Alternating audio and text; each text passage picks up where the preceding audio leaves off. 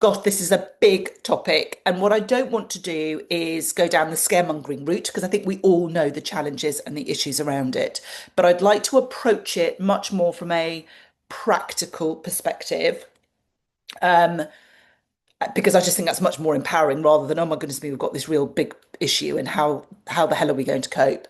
I do think it's worth just talking about a couple of things to set the scene and to set some context in terms of the challenges that we face as parents.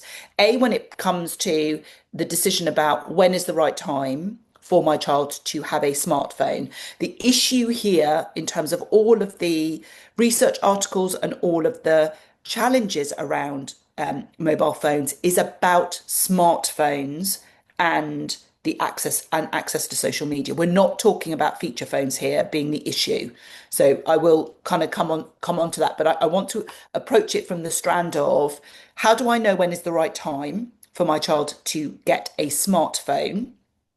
And then potentially what might that look like in terms of social media, but also to look concurrently, because some of you listening to this are like, we've opened Pandora's box, we've already got a bit of an issue, or we just want to know how to go about setting up a good framework. So I will also look at that so that you've got some practical things.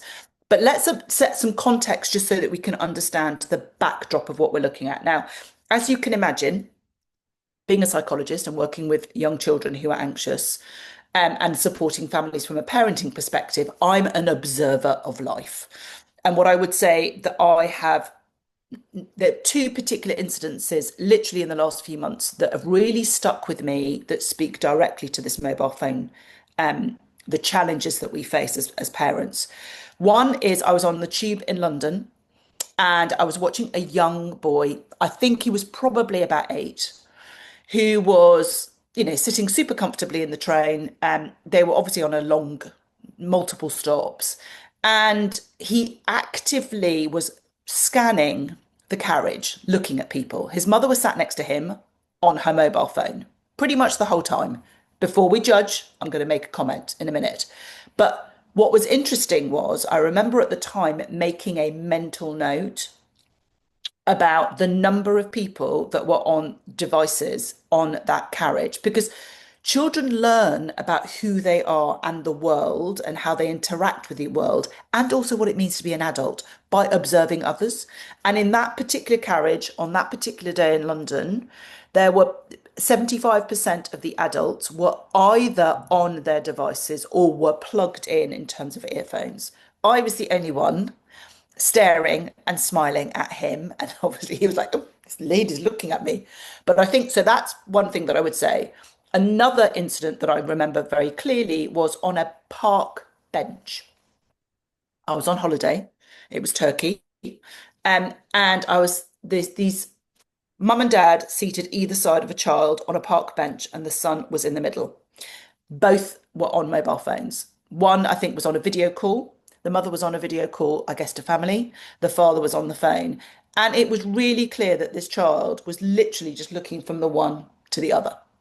So I said that I wanted to give you that from an observation, but no judgment. But one of the things, which is why I'm saying let's not judge, our mobile phones are not just used for social platforms. They're not just used for communication, but actually nowadays, I have to use my mobile phone. Well, I don't have to. I could log on to my computer. But if I want to do any transaction with my bank, that's what I need to do. More often than not now, if we're shopping or ordering something, we're being told to download an app. So it's become so ubiquitous in our lives, so much part of our lives, that when we talk about our children looking to us as adults to be modeling what it is to be an adult and what the world around them is like, we are being funneled and into being on devices. So that is also a big part of how we begin to navigate this. And so the data doesn't, it speaks to that. So I'm just going to give you some data because I think this will just give us an idea of the scale of the challenge that we have as parents if we are bumping down the road the use of smartphones. So 19%, so nearly 20% of 3 to 5 year olds have their own smartphone. So that's one. And by the time they're getting to 6 and 7, it's 33%. And then by 11, it's pretty much 91%, 92% of 11-year-olds upwards have their own smartphone. These are smartphones, these are not other phones. So I understand that if you are a parent who is trying to navigate this landscape, you haven't yet given your child a smartphone, or you already have, then you are amongst a huge number of parents that are doing that. So, what I want to focus in initially is let's on the assumption you haven't yet given your child a smartphone, how will you know when the right time is? And then we'll move on to if you've now given them a smartphone and there are challenges around that, how can you reset some boundaries? So the first for me is much more a useful question in that smartphones by their nature are designed, and there's a huge amount of work that is done in terms of making them addictive or distracting. We don't need to argue the morals of it, but fundamentally that's what it is. So the question we ought to be asking ourselves is much more, what are the skills my child might need to develop in order to be able to self-regulate using a smartphone? And the biggest issue in terms of smartphones and impact, particularly around social media. So, for example, we've got a lot of sort of under 8-year-olds using TikTok, because obviously it's a platform that is very visually appealing and very it draws them in. And the biggest challenge that we've got to be thinking about here when it comes to smartphones and particularly social media is that if our child clicks on content that is that looks engaging but ends up being inappropriate, and that content could be that they could have clicked on it accidentally or clicked on it intentionally. The devices are set up and the platforms in terms of their algorithms are set up in such a way that our child is going to get more of that and get more of that very quickly. So I think for me, that's the crucial thing we want to be saying is at what point does my child develop the skills to be able to take a moment before they click on something so that they're a bit more intentional in terms of what they're doing? And if we can get our children to that skill level, then they're ready to be able to have a smartphone, and then they're ready to be able to use social media. And that for me is a much more empowering way of going about smartphones and the ages that our children get them, rather than just simply having a blanket. You're not getting one until you're 18, for example. So I think that's the sort of thing that I would sort of say. So, rather than specifically in age and stage. So, what we have to remember is that our children's brains are developing in different ways at different times. So, between 0 and 5 years, that's when we probably see the biggest growth and development in terms of connections and brain expansion.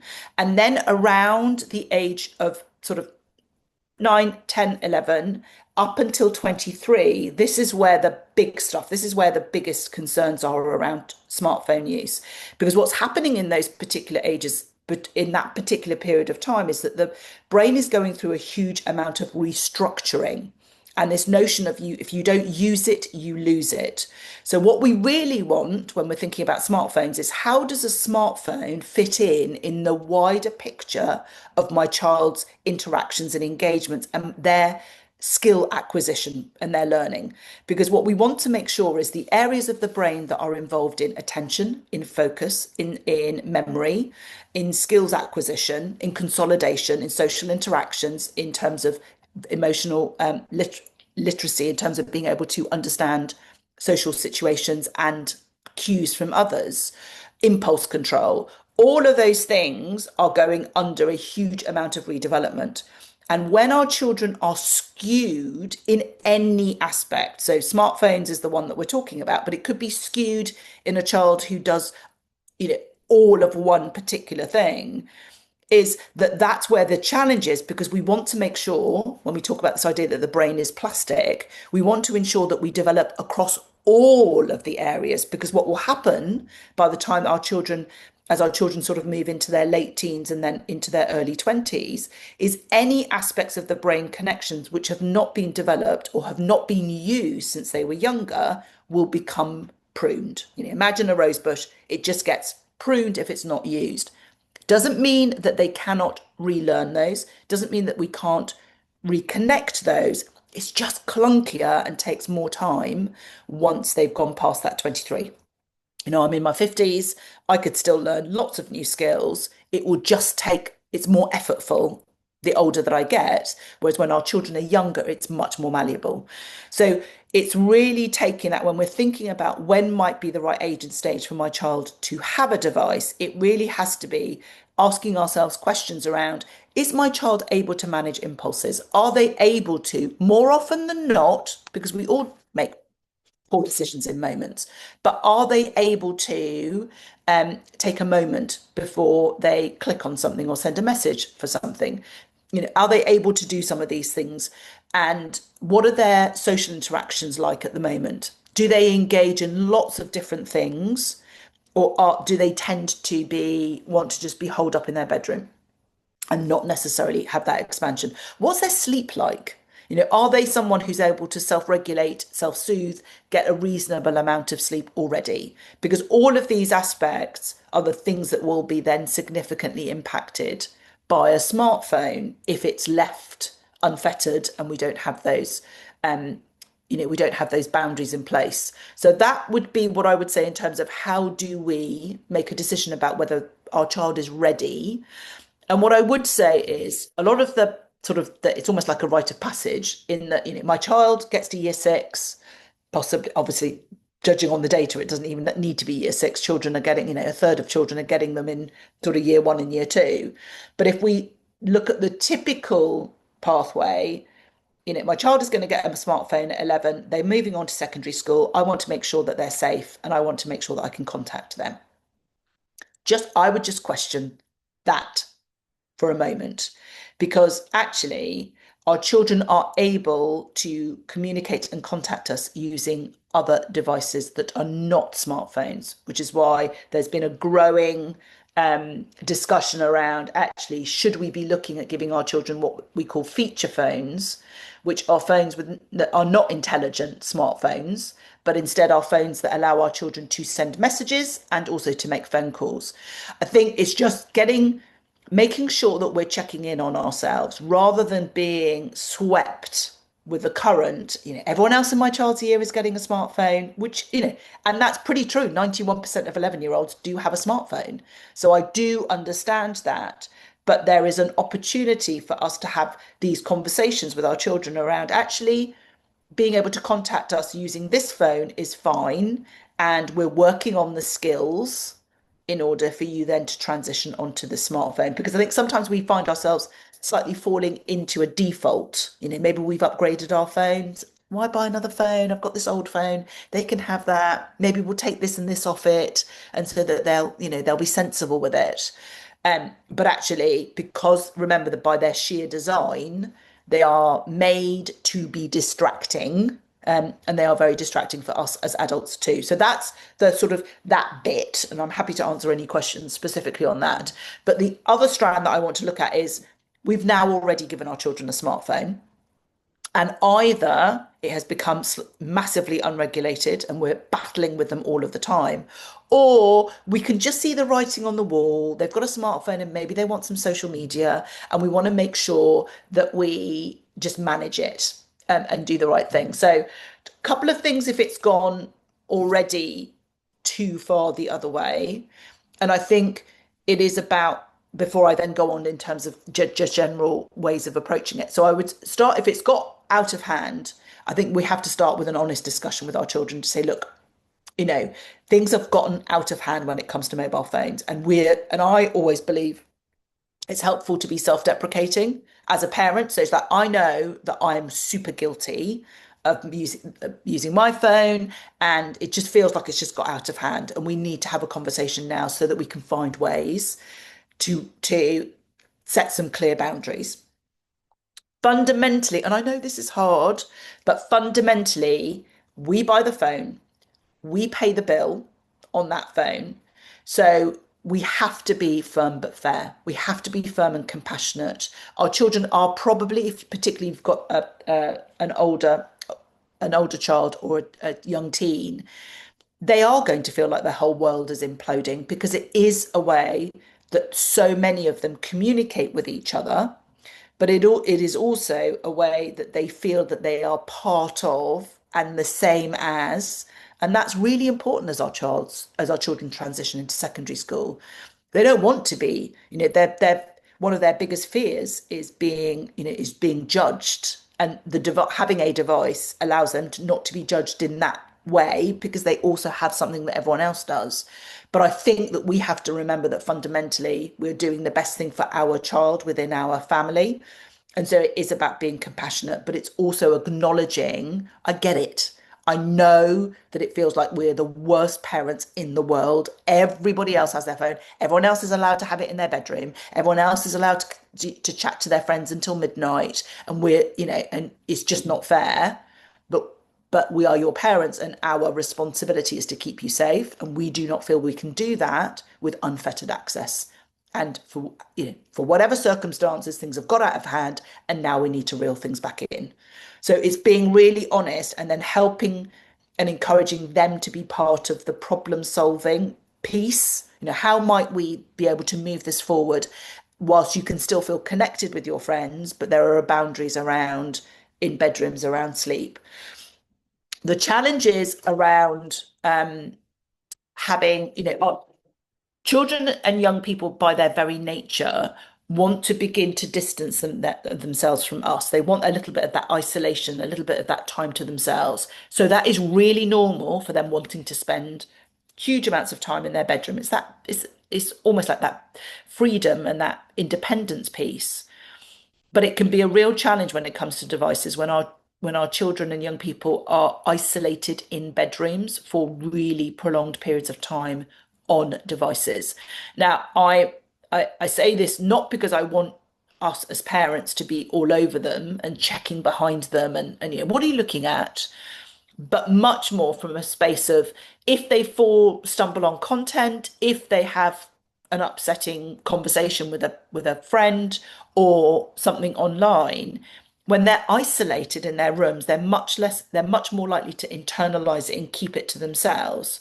When they're in a more open space, there's more of an opportunity to have a discussion, and it's almost like they feel there's a protective bubble that is there for them rather than this tiny sort of space that they're in their home. So I'm a big proponent of devices being used as and when we've made the decision for devices to be used, for those to be used in a more open space. And that's part of the boundaries that we can set. So I just want to talk through sort of five things that we can do broadly that will be helpful. The first one is around feature phones. Let's not underestimate that they can be a transitionary tool to help our children learn and acquire the skills that they will need to be able to navigate and manage the distracting, compelling notification pinging smartphones that they will you know, eventually get. I'm a big proponent in young people having smartphones, but just at the right age and stage for them. So it isn't a blanket, everyone gets it in year 6 or whenever. So number one is let's not forget the usefulness of feature phones in terms of developing skills. Number two is connect with other parents. The smartphone free childhood movement, to me, demonstrates the power of parents coming together. Whether you join smartphone free childhood or whether you just simply connect with other parents in your child, particularly if they're in primary school. It's much more difficult, I know, when they get to secondary school. But if we can connect with other parents and just have conversations around, we're having a sleepover, no devices. Yep. Can we make an agreement that that's going to happen, and that they're going to be left, at their homes, and that can just be devices that come that are iPads.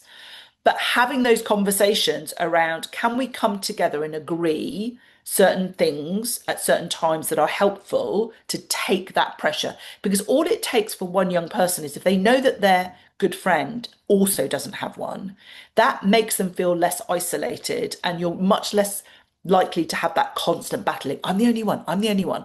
I'm sure they're going to feel that way anyway. And with the data of 91% of 11-year-olds having their own, they are. They're not lying. This is a very true situation. But I think that when we come together as parents, it's just it makes it easier for us to stick to our guns because we don't feel under a huge amount of pressure that, oh my goodness me, my poor child is the only one and they're going to be bullied, they're going to be made fun of, they're not going to be able to make friends because everyone's messaging each other in between school days at the end of the day, and my poor child is not getting any of that.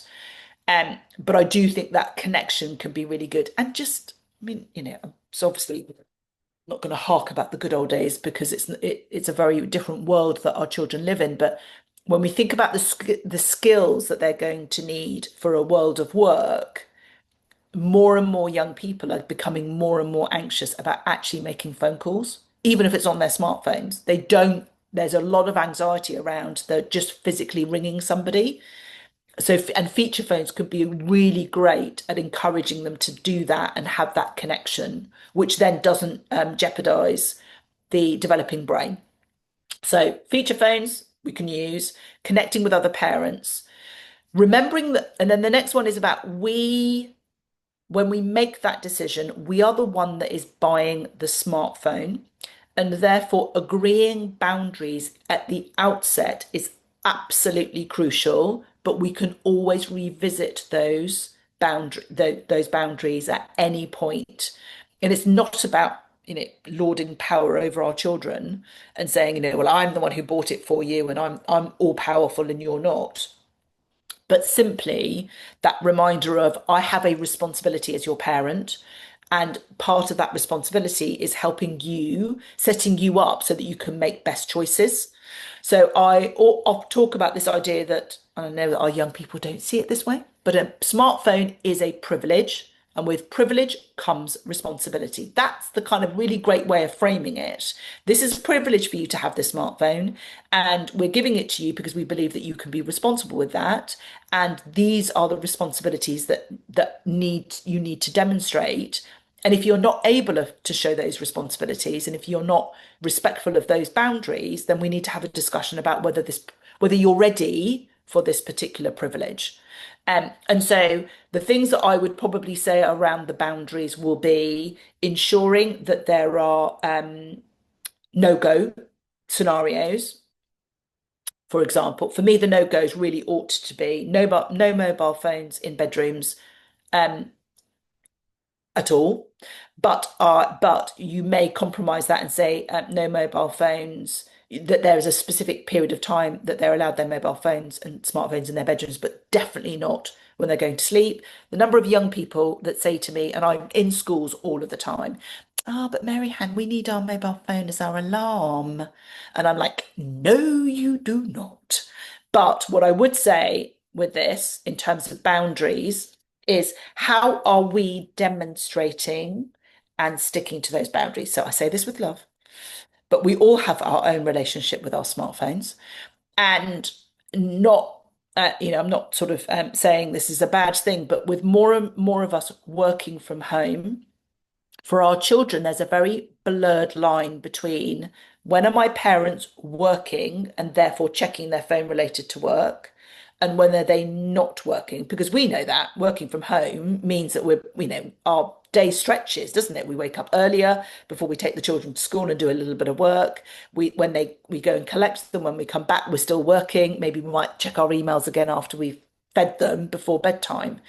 So it was just thinking about what how am I modeling um, balance? How am I modeling using my smartphone in ways that are distinctive? I am now doing something specific that requires me to be on my phone, and now I am putting it away because it has become so part of our lives. And as I say, if we want to do a bank transfer, if we want to check our balance, if we want to, if you're someone who's got music um device, you've got speakers and things like that, you go to your phone, you know, checking your electricity, you name it, it's on our mobile phone.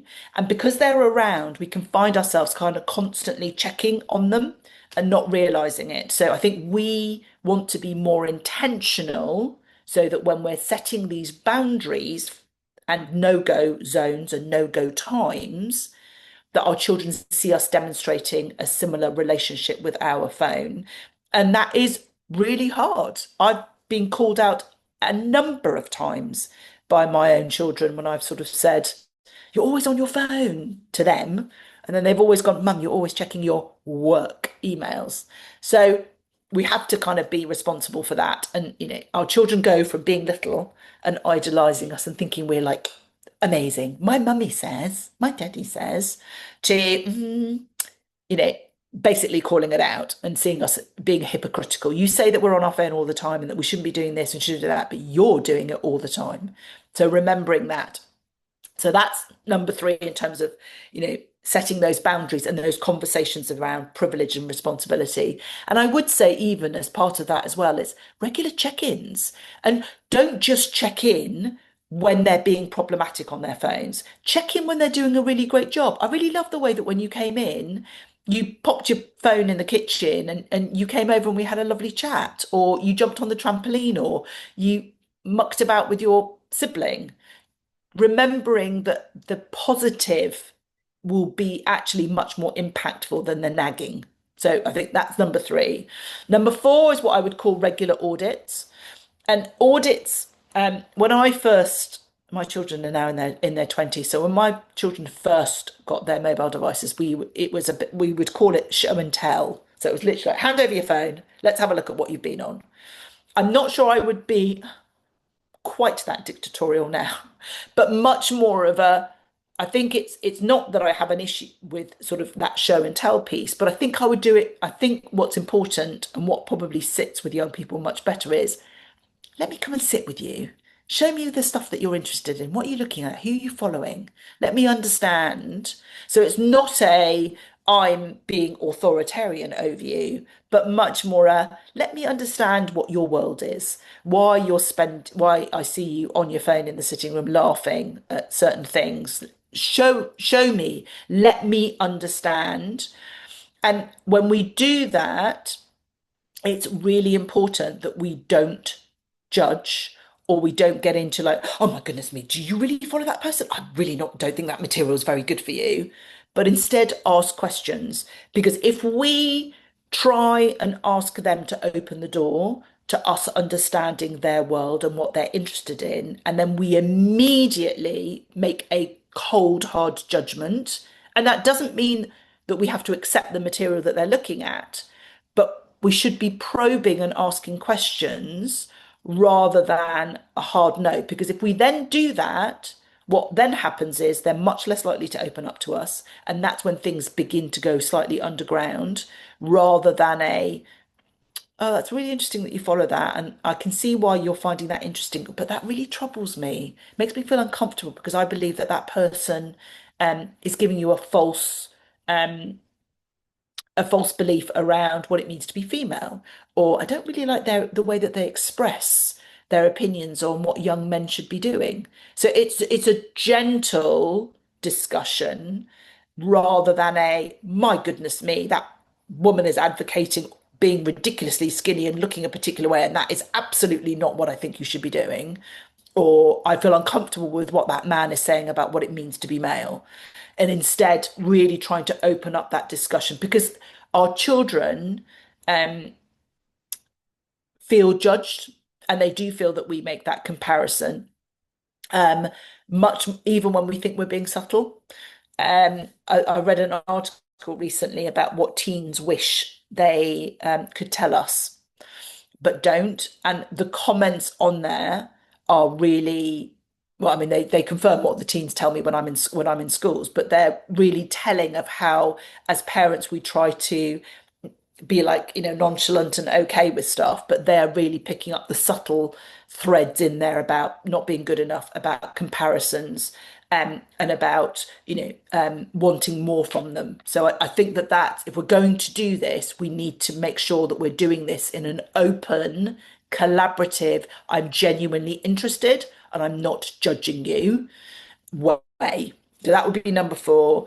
And then number five is I think is have regular detoxes. Have regular digital detoxes that you do collaboratively as a family. Now, that digital detox, and I've heard some parents do this, might be you're going on holiday in half term, you're going away in half term, or you are going in the summer holidays, and you deliberately choose a venue or a place where there is no Wi-Fi, or you switch the Wi-Fi off. You're going somewhere where there is no access to the internet. I think there's a really good way, either by contriving it or the particular situation, is just having periods of time where you kind of go, do you know what? We're going to do a digital detox. But that has to be for everybody. You can't do a digital detox for your children and then say, well, yeah, but I need to be checking my phone. If you need to be checking your phone, then that's not a time to do the detox. Because I think what that does is it forces us and it forces our children, so as a family, to be more creative. Like, if I don't have this device, if I'm not watching something on television the whole time or streaming something, what am I going to do with my time? And initially it is incredibly like, oh, this is so boring, why are we doing this, got nothing to do. But that's where creativity comes in. And when we're thinking, goes back to that, right at the beginning, when is the right time for our child to get a device? Is what we're trying to make sure that we do is flexing every aspect of that developing brain to ensure that they're building strength and muscle and connection in creativity, in lateral thinking, in problem solving, in focused attention. And that all comes from be doing lots of different things rather than doing the same thing over and over again. It's one of the things that is the most concerning around the development of the reliance on artificial intelligence, is that certainly when they've looked at scanning brain scans, is that what basically happens is they did a study, and I'm going to end on this and then I'll take questions. But they did a study where they had asked university, they weren't graduates, but people at university, basically to write an essay. And some had to do it themselves from scratch, and some had some help from AI, and some did it entirely in terms of using AI. And what they found was, when they were then looking at brain activity, the ones who had obviously done all of the work and written it had made neural connections because they had sourced the information, they'd collected it together. Those that had used AI had absolutely no activation in that part of the brain and could not remember the content of it when they were then sort of assessed. So the biggest challenge we've got around AI, which is also the biggest challenge around smartphones, is that we just simply don't flex and build those pathways that we will then need later on in life, because we've just over focused or over relied on certain aspects, rather than that broad brush.